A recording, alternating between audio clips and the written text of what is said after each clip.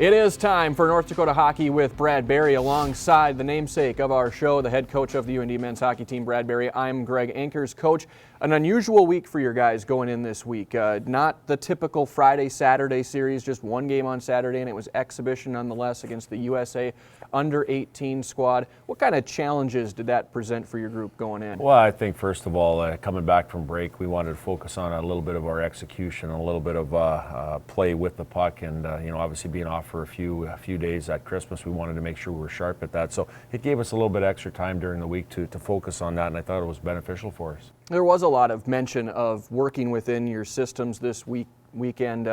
As you look back on the weekend that was, were you able to accomplish the things that you really wanted to? Yeah, absolutely. I thought we got players in our lineup that normally don't get in or get the playing time as expected, and obviously with Brock Besser and Nick Schmaltz gone to World Juniors or coming back, it was another opportunity for those guys to go in. And I thought they flourished. I thought they did very well, and Mike Garnell and Danny Chartrand did a great job for us. I thought Matt Hrynkiw, Matej Tomek got in the game, and again they showed that they're good players also. And again, like I said, we're tuning up here for the second half, and it's about making sure that we're ready to make sure carry over from the first half, which we did well. You mentioned no Brock Besser or Nick Schmaltz as they were getting some well-deserved time off after coming back from the World Junior Tournament. Rhett Gardner was still out with an injury, opening the door for those that you mentioned, Danny Chartrand and Matej Tomek. A lot of fans were anxious to see him out on the ice. They got that opportunity. As we take a look at Saturday night's highlights, and Coach, for the second straight game, your team comes out firing on all cylinders, scoring a goal less than 30 seconds in. This time it took just 22 seconds as your team had some great zone entry here early on. Luke Johnson with the initial shot, Joel Janatuinen with the rebound goal. Yeah, we kicked out a puck early on the entry, and we practiced that during the weeks of practice of shooting far pad and shooting for opportunity, and the guys executed right away out of the chute. It was as if it was drawn up to be this way. As you mentioned, it just looked so seamless as they came in, and then just over a minute later, after the initial goal, Team USA with an opportunity to clear the zone. They can't, and this will lead to Paul Ledoux with a shot from his defensive position and a goal. Yeah, no, it was a great look there. It all started with, I believe, Johnny Simonson being patient in the offensive zone and created an opportunity for a D to get it back, and Paul does I think it's second game in a row he scored from that area, so again, it's nice to see him on the score sheet again.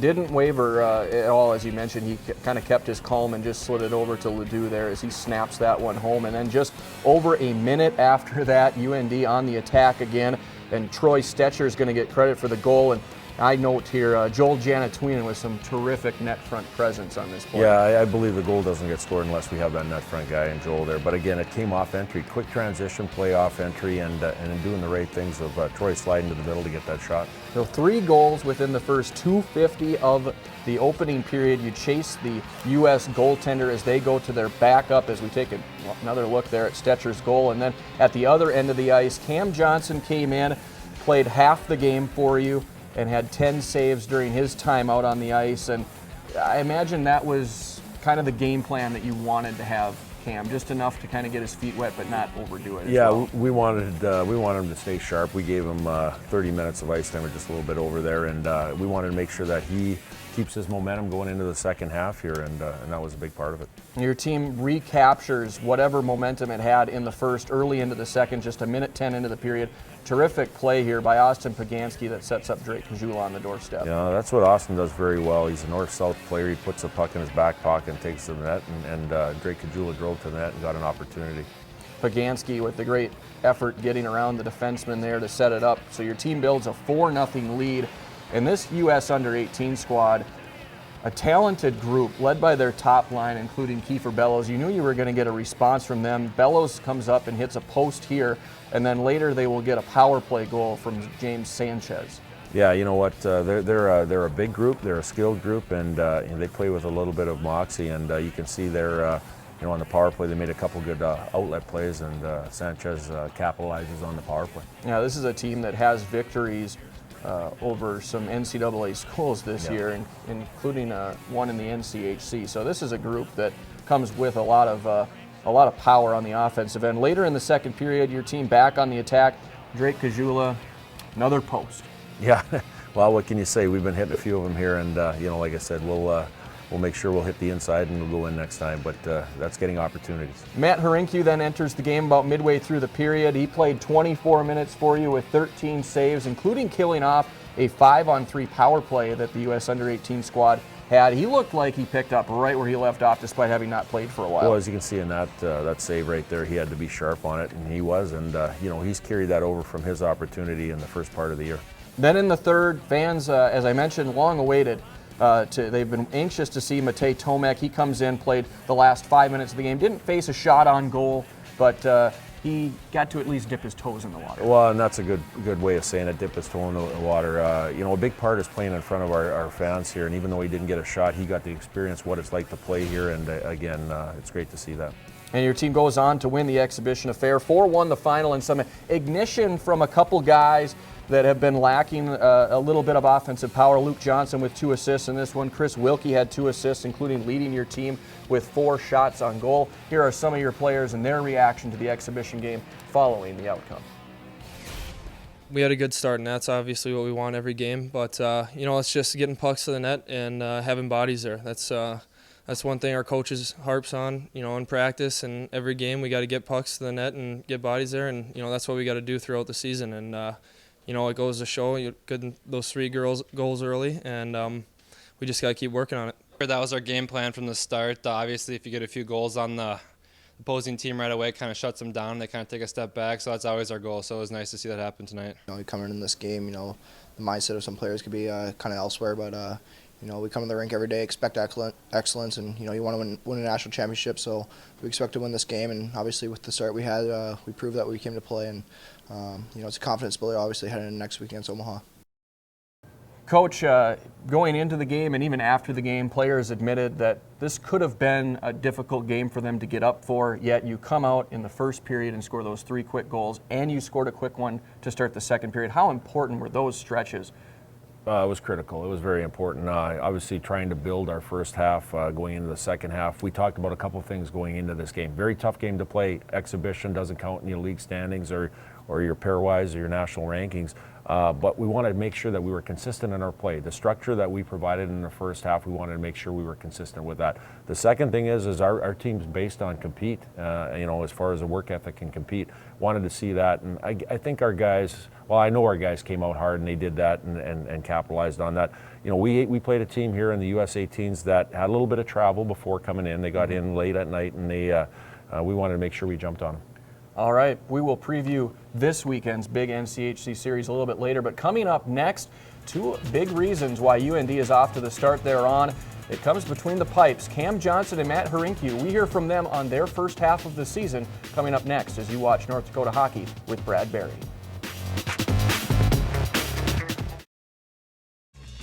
North Dakota Hockey with Brad Berry on Midco Sports Network is presented by RydellCars.com, Sue Shop at Ralph Ingolstadt Arena, and Hot Spring Spas and Pool Tables too. Welcome back. Entering this season, there was a lot of uncertainty for fans at the goaltending position with the departure of Zane McIntyre. Enter Cam Johnson, a relatively unfamiliar commodity for fans, but he stepped in, performed well. An injury sidelined him, leading to an even more unfamiliar commodity in Matt Hrynkiw, but he too stepped up to the challenge. Katie Hale recently sat down with the 2 of them to get their thoughts on the first half of the season. We're here with the goaltenders. Thanks for joining me. Thanks for having us. Yeah, absolutely. I want to talk a little bit about how you guys work with each other, the competition to get into the games, but also how you really support each other. So talk a little bit about the beginning of the season, and it was kind of an unknown. Yeah, definitely. Coming into the season, the goaltending was kind of a question mark. It was up for grabs, who's going to grab it. And, we both came in there, I thought, and played well. And we've been giving our team a chance to win day in and day out. So I think our tandem so far throughout the season's been great. Yeah, you guys have done really well. Matt, you stepped in to a situation that was, really difficult. How did you do that, and what were your thoughts initially? Yeah, absolutely. I didn't really know what kind of opportunity I was going to get this year, but obviously it kind of came pretty quickly, and just tried to step in and do my part and just give the team the best chance to win, just like Cam does every night. And I think that's the same with anybody on our team, just trying to contribute. And Did you feel like there was like a little rust you need to get off? Was it a little worrisome? Getting to the actual game, yeah, it was a little bit different, but it's still the same game that we've all played many, many times. So just tried to keep that in perspective and just play my game. So that's one of the things I remember when Cam, you got injured. People were like, Matt, who? And I'd say, listen, this guy is so calm, and he's just like, I think he'll get in there and just be like, I got this. This is good. So how did you build your confidence?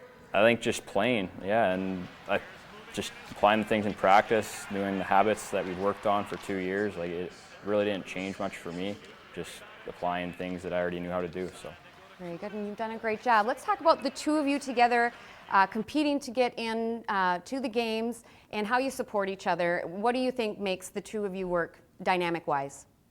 You know, I think it's our connection off the ice. You know, we're good buddies off the ice, and you know, we both work hard in practice. We're both constantly pushing each other to get better and to do things better, and it's nice, you know, to have someone to talk to or relate to if you're having like an issue in the net or whatever. Coming back to the bench, you know, he's all ears, or him coming back to the bench, I'm all ears. So, you know, we just have a good friendship off the ice, and you know, we push each other to get better, and I think that's what's generated a lot of our success. You want to add anything? yeah, or? I think we spent a lot of time even last year getting to know each other quite a bit. We sat beside each other for 2 years now, and then we finally got the chance to get out there and try and do our part, right? And so we all kind of had the same scenario and same feel, and just tried to help each other out the best we could and be just an ear, because each guy kind of trusts each other, and I think just sometimes somebody to bounce something off of is huge in the middle of a game. Absolutely. So when Cam, you were starting to heal, getting ready to play in a game, did you guys talk about that, and what did that conversation look like? You know, not really, because, you know, Rink was on fire, so I respected that. He earned the net, so I wasn't overstepping my boundaries, but obviously I was being supportive with him, and you know, he's playing great, so, you know, let him ride it out. You know, he's on a streak and whatnot, so he was playing great. I knew when I was coming back healthy that nothing was going to be given to me, so you know, we just continue to push each other, and you know, and that's what we've been doing, you know, ever since day one. So. It doesn't stop here either, you know, starting the second half of the season here. What are your thoughts in moving forward as far as this position goes and the two of you competing for it? Yeah, I think it's nice because the coaches know they have two guys that can play on any given night. So I think we've done a good job solidifying that the goaltending here is not going to be a question mark anymore. We have guys that can play, and we have guys that can, you know, win you a game and stuff. So. Yeah. When you started playing in the games, did you feel like you had something to prove? Not necessarily to your teammates, but just kind of in general? I'm not sure I looked at it that way. I think the coaches trusted me, and I think the coaches trust both of us the same way, and we kind of trust their decisions. And as far as the team, they're endlessly supportive through the whole thing, and right away, like, had everybody kind of behind me, and I knew that, and they played their hearts out just like they do every night, and it was just fun to be a part of that. For sure. It was fun to see. I mean, it was very clear even before you got in the nets that there was confidence with you guys. You know, you'd see it in the teammates and how they talk about both of you. So it'll be fun to see where you go from here. And thanks for all the success you've helped create so far. Yeah. Thanks for having us. Yes, of course. Coach, tell us a little bit about just how impactful the two of Cam Johnson and Matt Hrynkiw have been to the success of the team so far this season. Oh, they've been very impactful in our group here. You know, obviously with the start of the year in August, you have you know, your goaltending group, the three guys coming in here, and you have a plan going forward and what you want to do. But you know, hockey's hockey, and sometimes adversity hits, which happened with Matej's injury, and we were put into a situation where Matt came in and he did a great job. Cam got hurt, Matt came in. He stepped up and he played very well. That's part of North Dakota hockey and our culture here. So again, you know, that's it says a lot about the people we have in our group. What can you say about the relationship that we don't get to see? We see it, you know, and them interacting on the bench and whatnot. But what do you see out of the relationship? Very good. You know, they're friends. They're all friends. It seems like they call it Goalie Nation, and you know, Carl Gehring's a big part of that. Carl's done a great job developing the goaltenders, and again, they get along very well in our group, which breeds success. All right.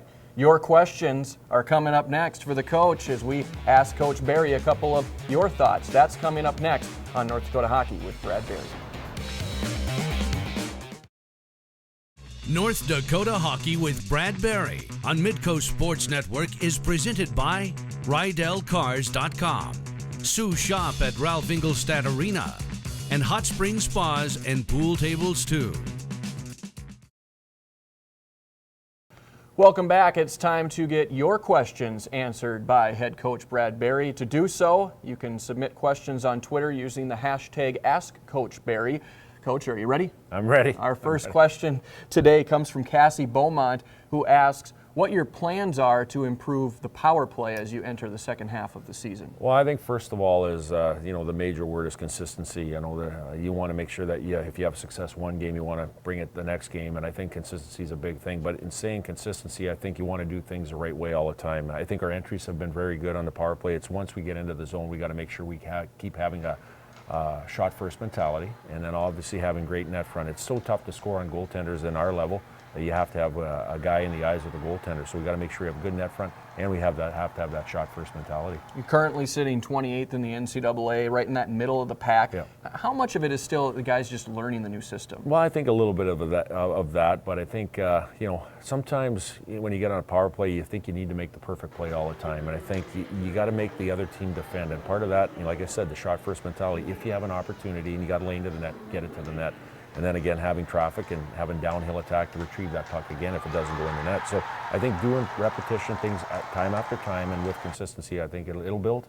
All right, another question we have comes from Mikey at North Stars HD, and he wants to know, as you took over as the head coach here, in this, it's hard to even imagine this is still your first season here, but could you have imagined the amount of success that you've had early on? Well, I think early on when you take over a program like this, there's a high bar, there's we call it excellence and being elite, and again, we want to make sure we want to stay at that, but in saying that, there's a process to get to that, and a lot has to do with the players you bring in and the work ethic that they have, and it says a lot about, not only our players, but our staff around here that digs in day after day. And again, we don't look at the end result, and the end result is, hanging another banner. We want to make sure that we go by each week, practicing each day as hard as we can, and culminating in a weekend where we want to win 2 games. Well, the process certainly appears to be going on as scheduled so far this season, Coach. So a very nice job by you and your staff thus far, and hopefully it'll continue in the days and weeks ahead. Thank you. Sure. You bet.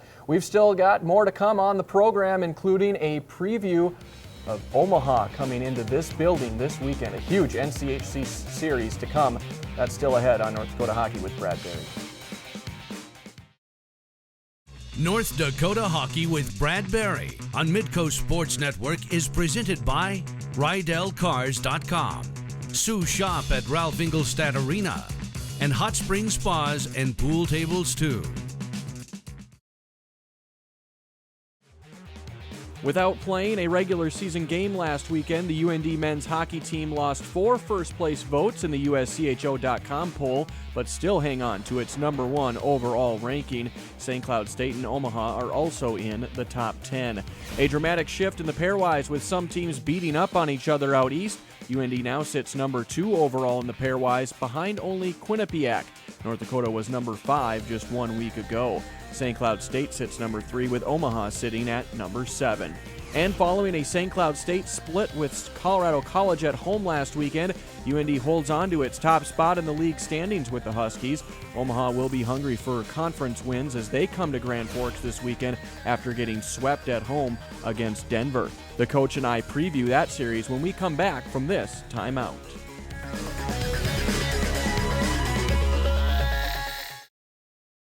North Dakota Hockey with Brad Berry on Midco Sports Network is presented by RydellCars.com, Sue Shop at Ralph Ingolstadt Arena, and hot spring spas and pool tables too. Welcome back, Coach. To say that this is a big weekend in the NCHC might be a bit of an understatement. North Dakota, Omaha, 2 powerhouse teams within the league.